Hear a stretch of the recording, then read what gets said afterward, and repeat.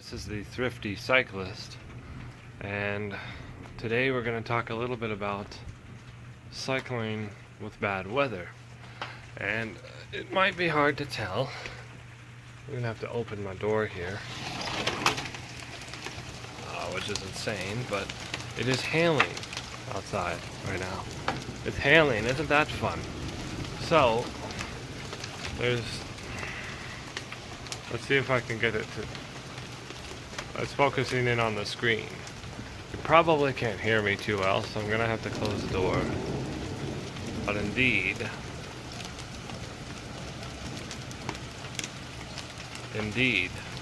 it is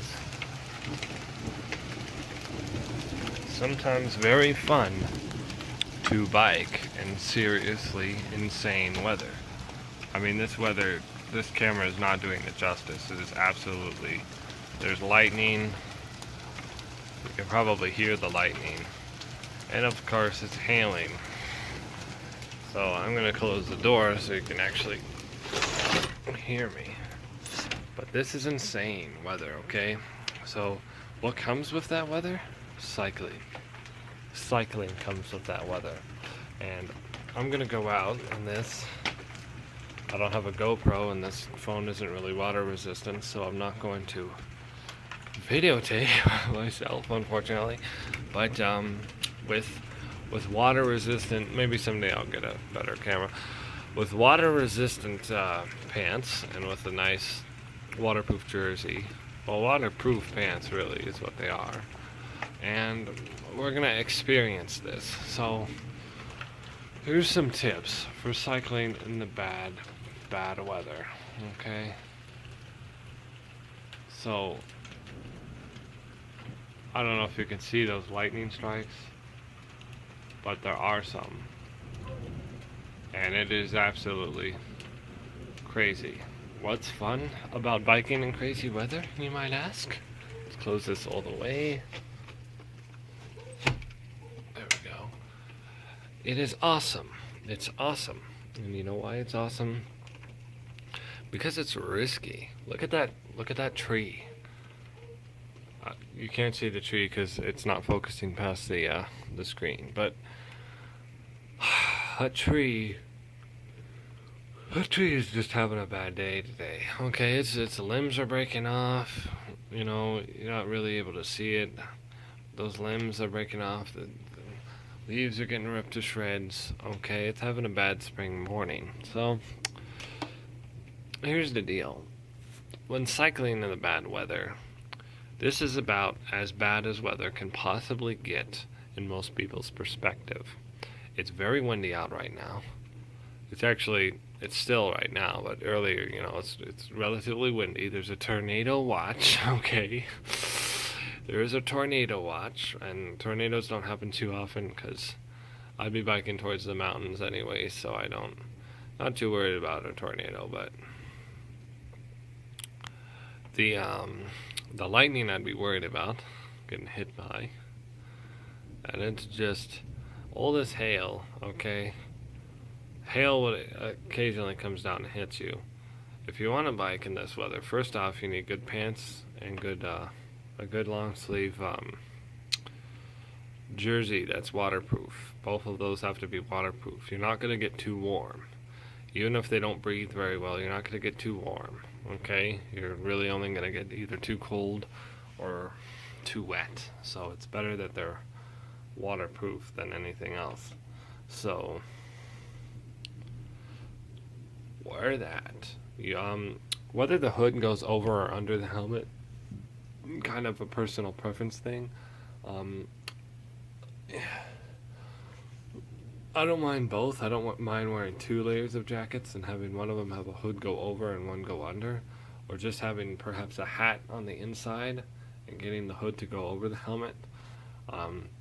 It really comes down to personal preference, whether or not your jacket's hood is big enough. If it's not big enough, you just go right under the helmet, and it's okay. I still think overall that it should be both. You should cover your helmet with something if your helmet has air holes. And if you can, either a full-faced helmet, since you're more likely going to get in a serious crash, or a road cycling helmet that is nice and smooth on the top, so it doesn't like get soaked with water, because then you got water on your hood. Even if your hood is waterproof, it's still not good to have water literally on your head. So anyways, that's kind of a concern. You also don't want your bad weather bike should really not be steel. Mine happens to be steel, so it rusts over time, but it rusts faster when I go and stuff like this. The inside of the frame was not originally coated. I tried sort of painting it with spray paint, didn't work out too well, so I don't know how badly it rusts. It is straight gauge, so not too worried about that in any case. But everything else on my bad weather bike's pretty good. I've videotaped it before, and it's got, you know, some tape on it so it doesn't look. Oh, there was some lightning.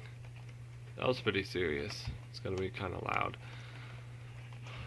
So what's fun though is, first off, you get a one-up on the competition whenever you're used to cycling in bad weather.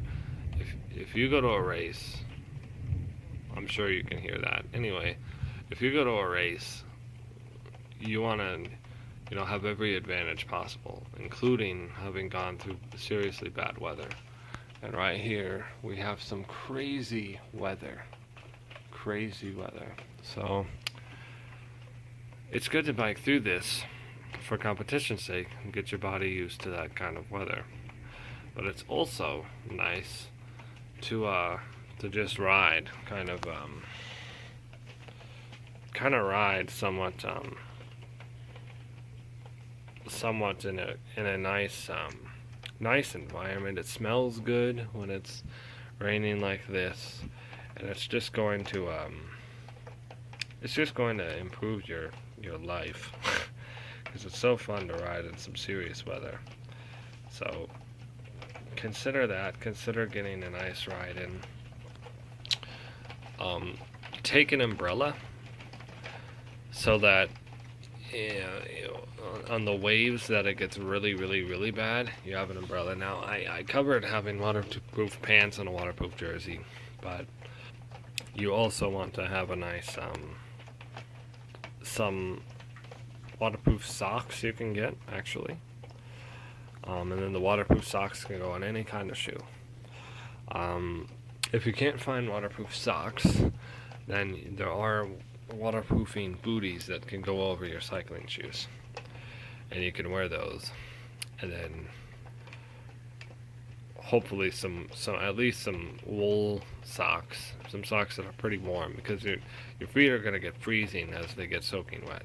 And even with the bootie on and everything, you're still going to get some wetness, unless you're really good at like getting your pants to fit into your waterproof covering on the boots. So you're gonna have some wetness around the ankles, and you're gonna have to tolerate that to some degree. And then the rest of the bootie is just, usually those booties are warm and water resistant. They're not necessarily waterproof, which is kind of stupid. So a different solution, and I've done this, is it looks really bad, but it feels really great.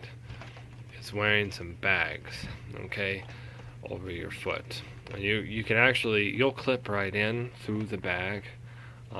The cleats will work just as well, because the bag doesn't provide much resistance to that.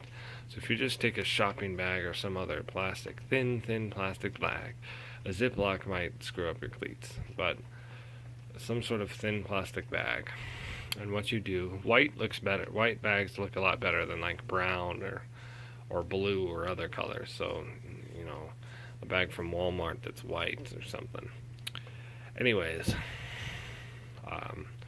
or perhaps a trash bag. There's white trash bags you can use that might look a little bit better because it's not obviously a shopping bag, but I use shopping bags, and it goes right over that your shoe cleat and everything, and you can kind of tie it with something elastic around your ankle, your socks, and actually then the pants are gonna go through that tie as well, but they're not going, so the pants go over the back, okay, of the tie. Alright. And your socks are kind of in there, whatever. If you can find waterproof socks, then all you have to do is put the pants into the socks, but those are pretty rare. Usually those are more of a hiking thing, maybe sometimes a triathlon thing.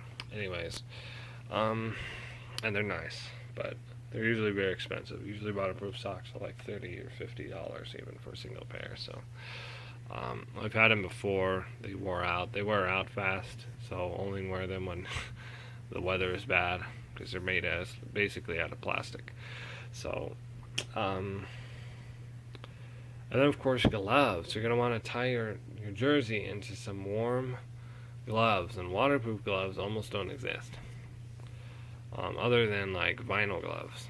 So what you might do is take normal gloves and get some extra large, or even extra large if it exists, vinyl gloves. Alright, you know, the stuff that you wear like for sanitary purposes or whatever, okay, that are waterproof, and stretch those over your normal gloves. You can even, that sometimes can provide enough warmth that you don't really need much else there, and they're not going to breathe very much at all, so you're actually going to kind of wind up with overheating hands that sweat a whole bunch. But the cool air can actually basically you'll wind up having a cold sweat, where your hands and fingers are cold but you're still sweating underneath, because there's no breathing there. So, and that's natural and normal, so you probably want an in-between layer, something somewhat absorbent.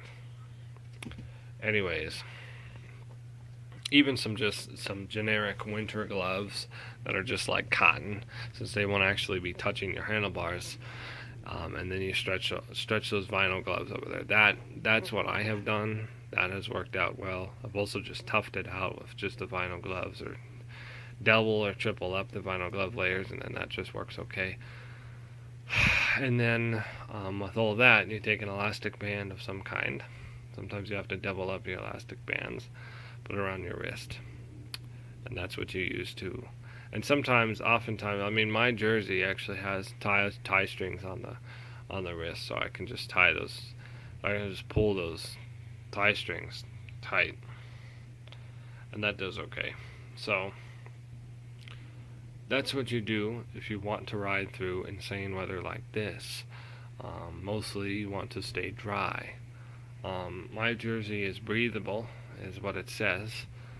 Most of that comes from the gut pulling in air, and air coming in from, you know, where my chin is and all that. So maybe I'll show you a video some other time. But it's definitely the best to ride through crazy weather once in a while. It's better to ride through stratus cloud rains instead of cumulonimbus rains like this, because stratus clouds usually don't have any lightning. So stratus cloud rain, which you can look up, stratus clouds eventually rain. They're pretty much cumulostratus, stratus clouds, cumulus clouds. Okay. And then the rain from those is a lot safer, because there's usually little to no vertical lightning. Even in Colorado Springs, which has more lightning than anywhere else in the world. And I mean on Earth. I mean, we're talking top 5 cities in the world. We have more vertical, air to ground touching lightning strikes than pretty much everywhere else on the planet. Okay? Which is insane. We at least make the top 5 cities. So, it's dangerous, but despite all that dangerous, the chance of getting hit by lightning is pretty much impossible. It's really playing on large fields, and the fields get wet, and the lightning touches down up high on a field somewhere on a tree, and it shocks the whole place. Does the same thing happen on a bike? It can. It can travel up through the bike. But the time